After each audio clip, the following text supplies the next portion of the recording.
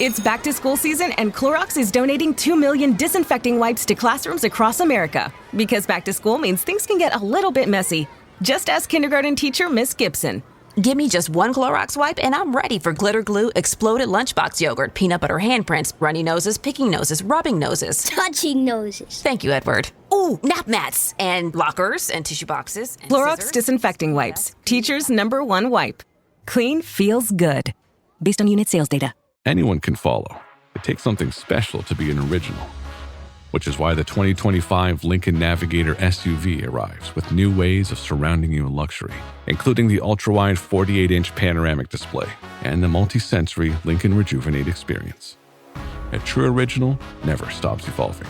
So meet the 2025 Navigator, the original that's all new and better than ever. Learn more at Lincoln.com.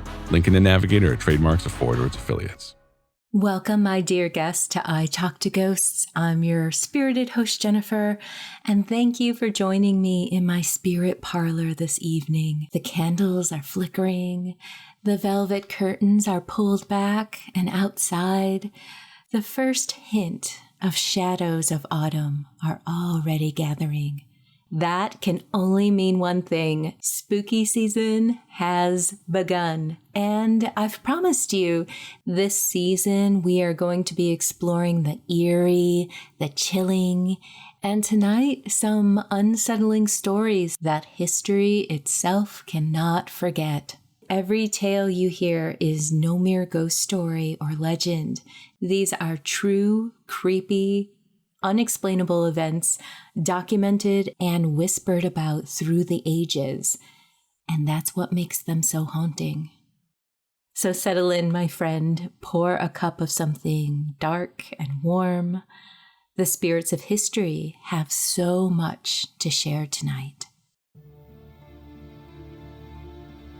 To kick off the strange, let's chat a little bit about the dancing plague of 1518.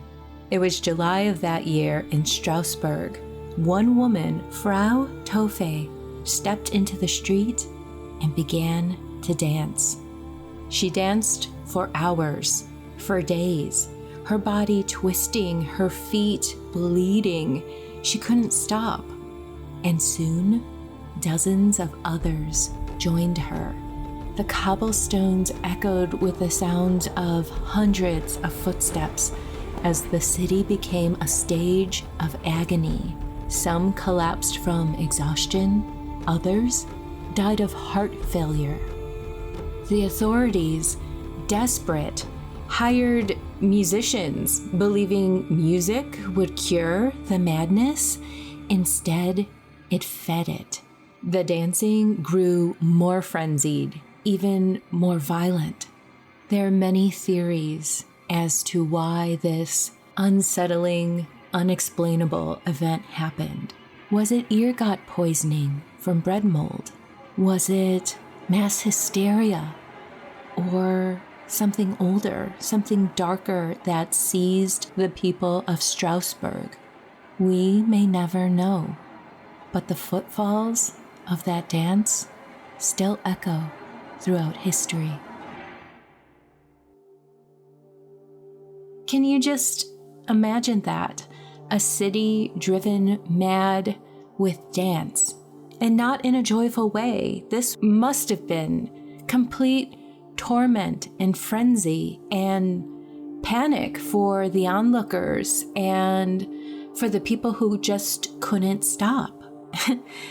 This physical self-expression of joy that we can all share and relate to turned into a punishment that couldn't be controlled. History and the human psyche has strange ways of haunting us.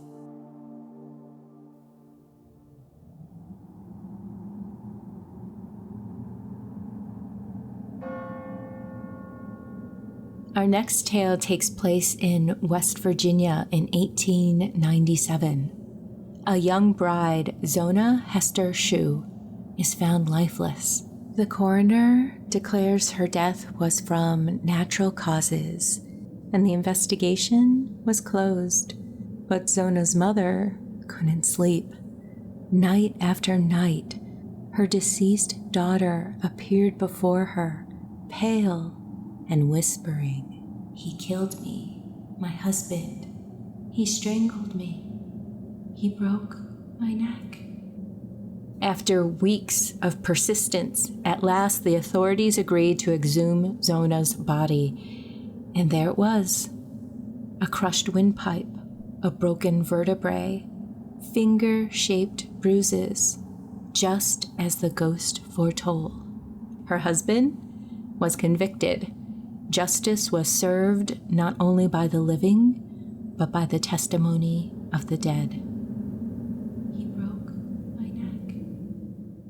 Now known as the Greenbrier Ghost, this was, I believe, the first documented case that a ghost's testimony led to the conviction of the murderer. Perhaps the dead do not rest until the truth is spoken. Next, I have for you the Green Children of Woolpit. This took place in England in the 12th century.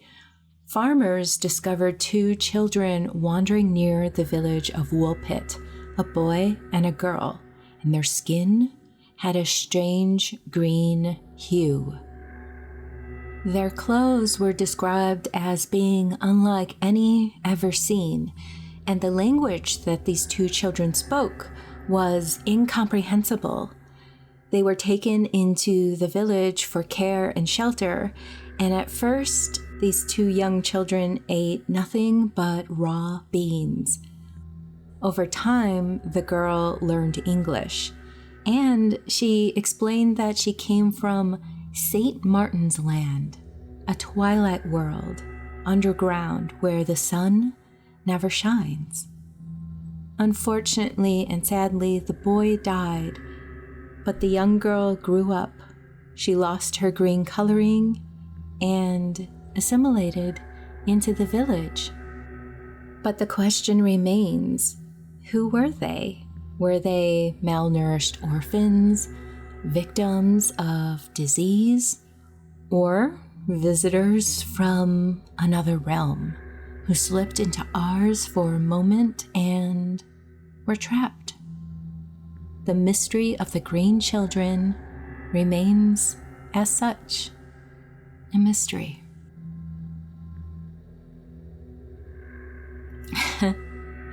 So let's consider this for a minute. A twilight world separate from our own? It sounds like folklore, doesn't it? And yet the story is written in the Chronicles of England. A reminder that perhaps some fairy tales could be true.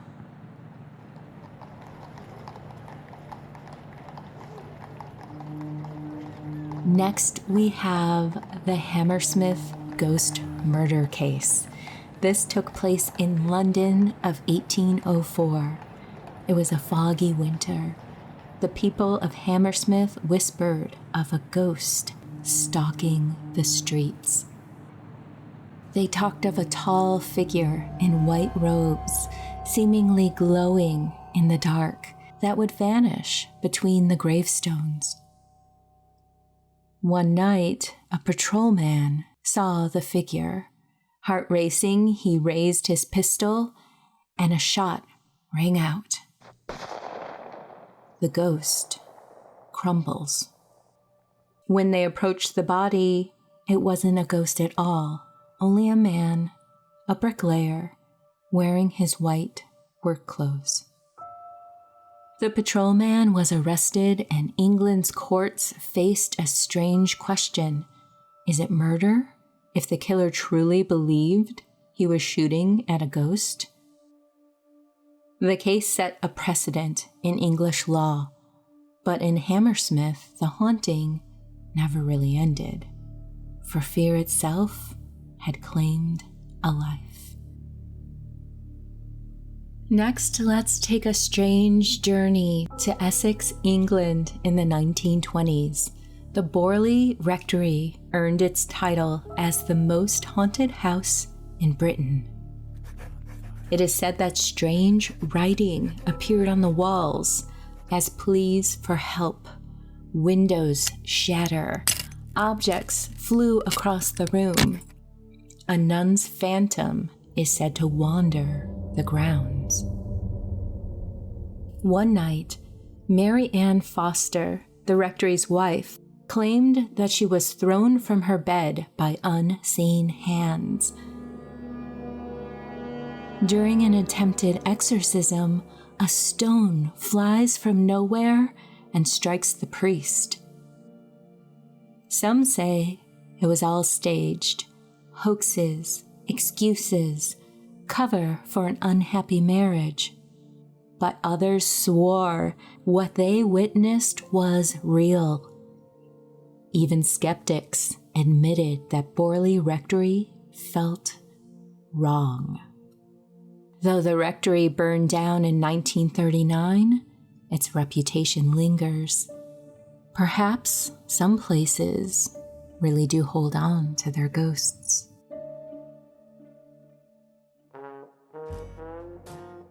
Next, let's travel back to America for a very chilling and unsettling event involving the Axeman of New Orleans.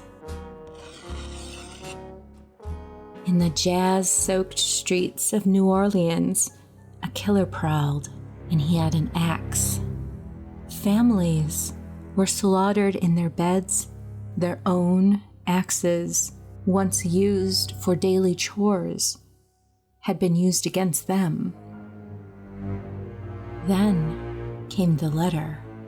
The murdering Axeman declared himself a demon, a spirit straight from hell, and he promised on the next Tuesday night, any home playing jazz music would be spared his torment and possible attack. That night, jazz flooded the city, every window open, every parlor alive with frantic music. And true to his word, the Axeman killed no one. And then he vanished. His identity remains a mystery, but for one night, an entire city danced with death and lived. Let's unwrap another creepy fact. In Victorian Europe, artists prized a strange pigment called mummy brown. It was a rich, earthy tone, beautiful when painted on canvases. But its source was grotesque. The paint was made from ground-up Egyptian mummies, real human remains stolen from tombs, reduced to dust and mixed with oil. For decades, paintings were made with the very bodies of the dead, until finally supplies of mummies dwindled and the gruesome truth became widely known. Imagine it, the faces of history, painted with the ashes of kings and queens who never asked to be disturbed. So what do you think, dear listener? Do you think there are dozens upon dozens of haunted paintings out there? I wonder if we can link any haunting to a painting that was created using this mummy brown paint. In the 18th century, medical knowledge was fragile. Sometimes those pronounced dead just weren't. There are documented cases of people being buried alive. Coffins were opened to reveal claw marks on the inside of the lid. Bodies twisted in final panic. The fear of being buried alive grew so intense that safety coffins were invented, equipped with bells and breathing tubes, so the dead could signal if they awoke beneath the earth. Imagine walking through a cemetery at night and then hearing the faint ringing of a bell.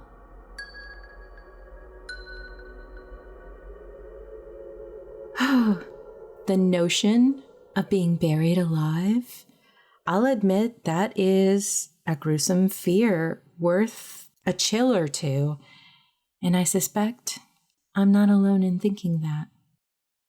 And so, my friend, we close the parlor doors again just for the evening.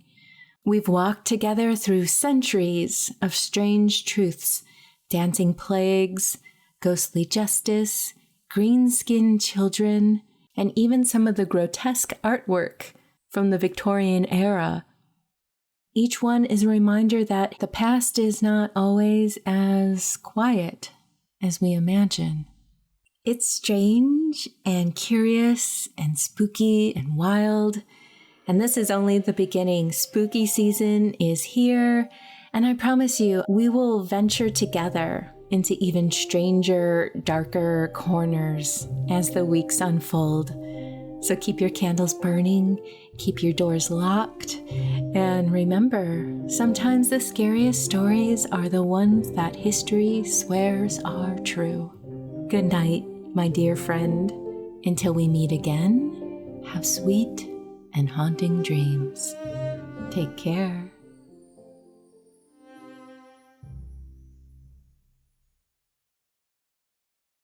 Welcome to Brew Crime, a true crime and beer podcast. Join me, Mike, and me, JT, as we explore the world of crime, conspiracies, or whatever catches our attention. This is a podcast where we pick a theme, cover a few cases, and pair them with a brew. Between themes, we do what we call Brew Crime News, a funny look at current news stories, be it crime, animals, sports, or even celebrities. You can find us on all social media at Brew Crime. Our website is brewcrime.com. And you can find us on any podcast app at Brew Crime Podcast. Join us as we discuss the horrible crimes that surround us, and maybe, definitely, tip a bottle or two back as you do it. Drink with us weekly.